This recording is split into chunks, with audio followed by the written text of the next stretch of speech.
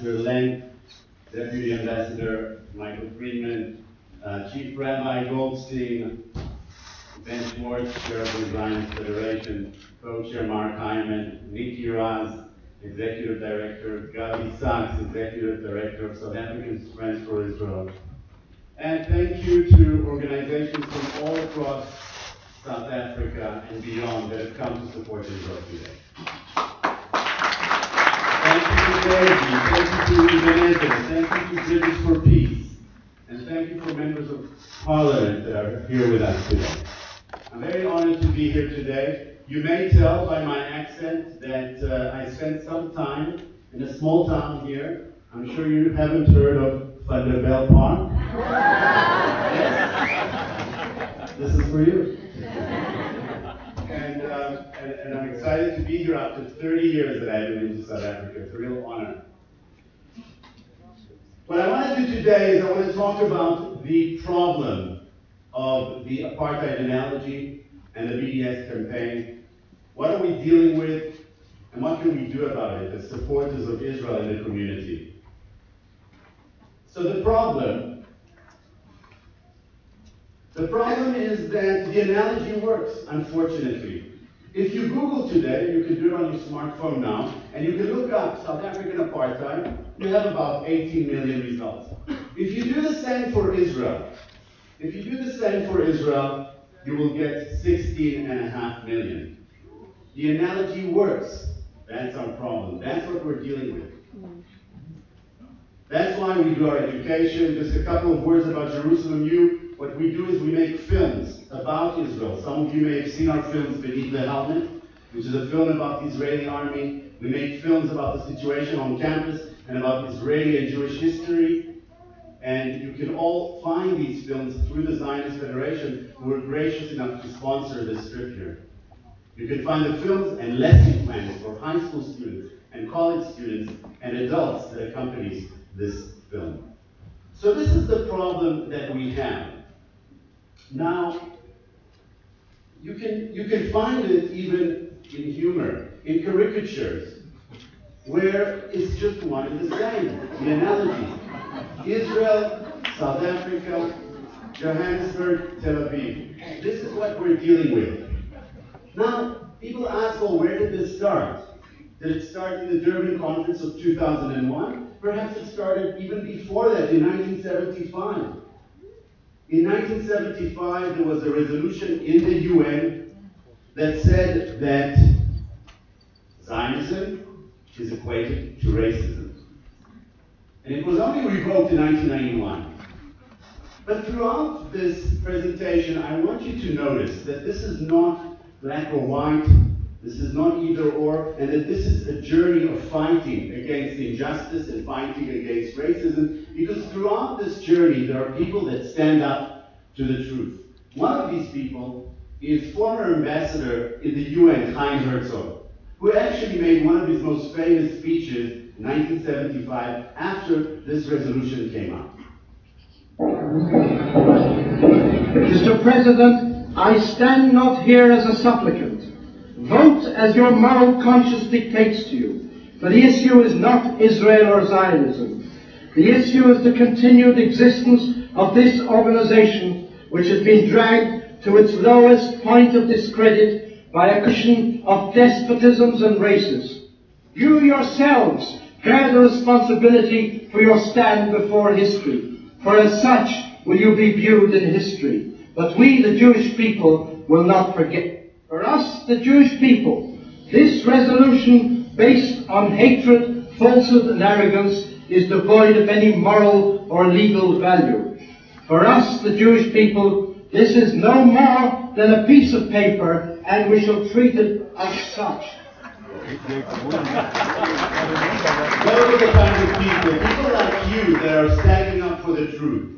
2001, the Durban Conference, was supposed to be a conference about racism and xenophobia. It was a conference that focused on bashing Israel. And there were also courageous people. The US retracted their participation, Israel, of course. The ambassador at the time, the Secretary of State at the time, Colin Powell, said, "Today I've instructed our representatives at the World Conference Against Racism to return home. I know that you do not combat racism by conferences that produce declarations containing hateful language, some of which is a throwback to the days of Zionism equals racism, or that singles out only one country in the world, Israel, for censure and abuse." And the US retracted its participation. And then in 2009, 9 countries retracted the participation in the Durban II conference. We have people that are fighting for Israel throughout history, and you are the same people. This is what we're dealing with today. As I said, this is a journey. It doesn't go away. We're seeing Israel Apartheid Week, and we're seeing it on campuses throughout the world. We're seeing posters against Israeli apartheid in the Tube in London.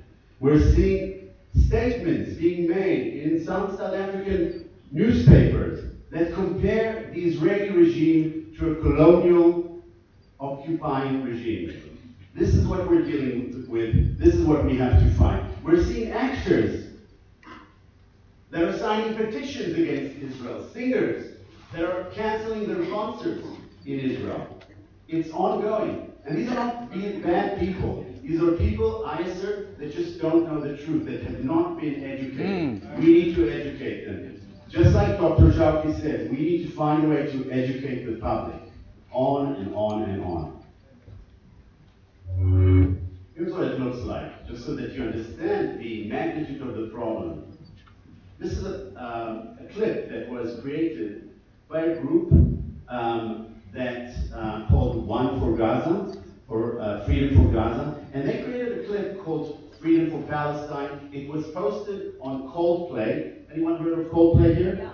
Coldplay is a pop group in the UK.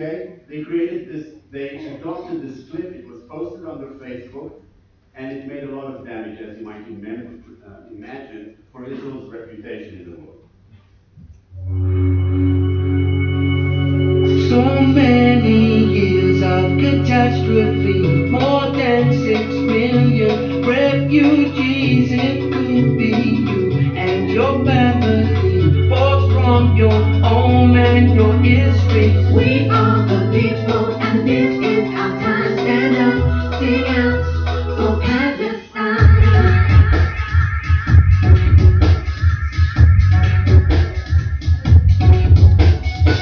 No matter your faith or community, this is a crime against humanity. Gaza turned into a prison camp, apartheid war despite the West Bank. We are the people, and this is our time. Stand up, sing out for Palestine. We'll break down the wall, freedom for Palestine. Demand justice for all, freedom for Palestine.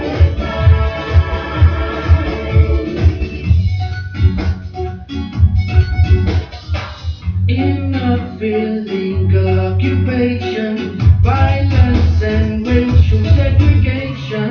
All religious communities unite. Freedom is a human right. I think we've seen enough. But as you can see, all these sound bites, and they're very powerful. For someone who is uneducated, this is what they get.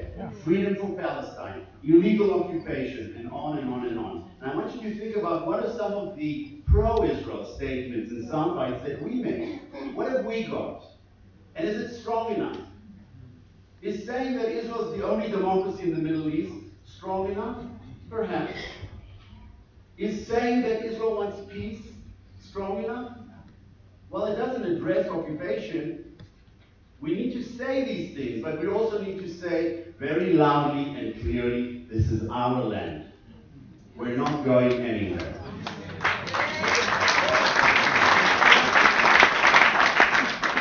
You can see this campaign on universities in the UK, students supporting boycott of Israel. You can see it in South Africa. You can see it in Israel Apartheid Week. The website every year is renewed, new pictures, new trailers. If you go in there and look at one of the events that's going on, Not everything is bad, by the way, we should say that. It's not happening everywhere in Europe, certainly not happening everywhere in the States, and I always tell my students, if Israel Apartheid Week doesn't arrive to your campus, don't bring it there. Don't go everywhere saying that Israel is not an apartheid state, because this is what people hear. They hear apartheid. You know, try in the next 30 seconds not to think about a pink elephant. What do you think about? So we shouldn't bring it to where it's not. And yet it does find itself in some places. University of Sussex, one of my students actually was telling me that she's afraid to walk around the campus because of Israel Apartheid Week, and should she stay at home and be safe? So this is a real situation.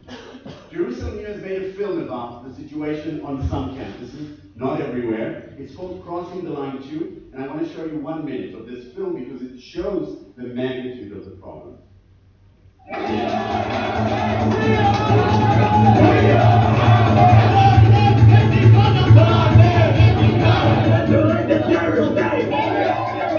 I would have never said a year ago that this would happen on the campus. 30% Jews, this would never happen. It happened.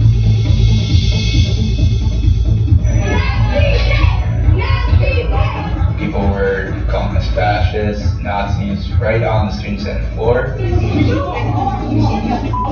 I've seen the very difficult situation that Jewish students face. They are on the front line. They're the ones who are exposed. There are going to be moments where you feel scared. Students are definitely intimidated. You Zionist scums. My only purpose today is that this event is shut down. The negativity on campus can make it difficult for me to be open about supporting Israel. The way you oppose Jews in any given era is different. Because this is the era of the Jewish state, the attack of anti-Semites is focused on that.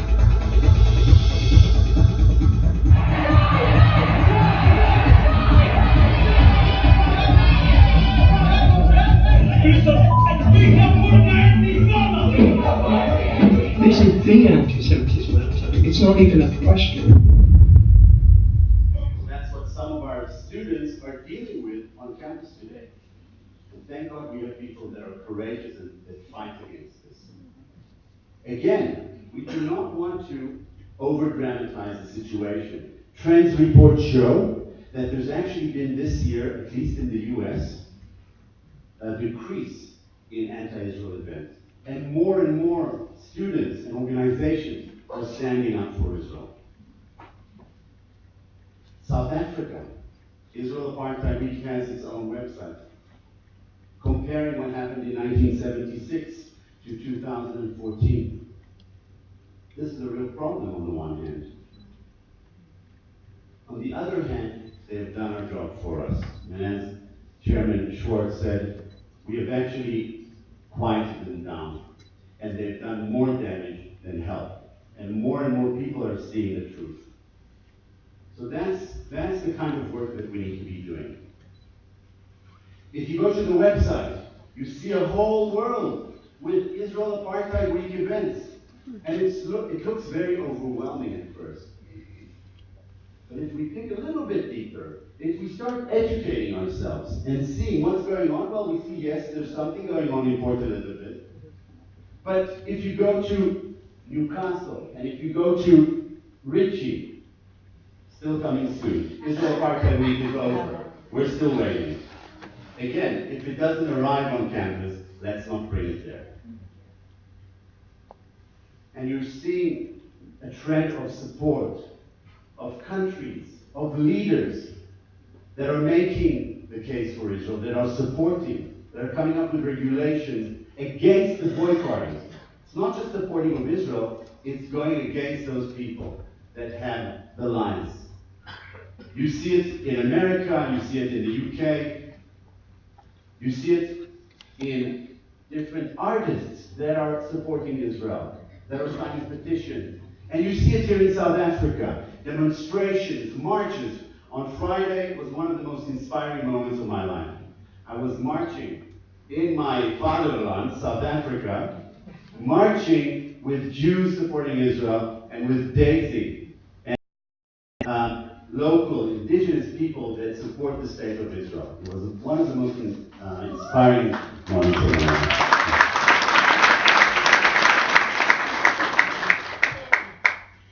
Let's just understand what they're saying. We need to clarify so that we can address what people are saying. So what are they saying? They're saying, first of all, that Israel is an apartheid state. This is the apartheid triangle. They're saying that Israel needs to end the occupation, colonization. It needs to give equality for Israeli Arabs. And it needs to allow the refugees to return. Which refugees are they talking about? 1948 refugees. By the way, how many refugees are there today? Palestinian refugees? 5 million. 5 million. Essentially, if you allow even half of that to return to Israel, you're saying it's the end of the Jewish state. So we need to educate people because many of those that joined the apartheid campaign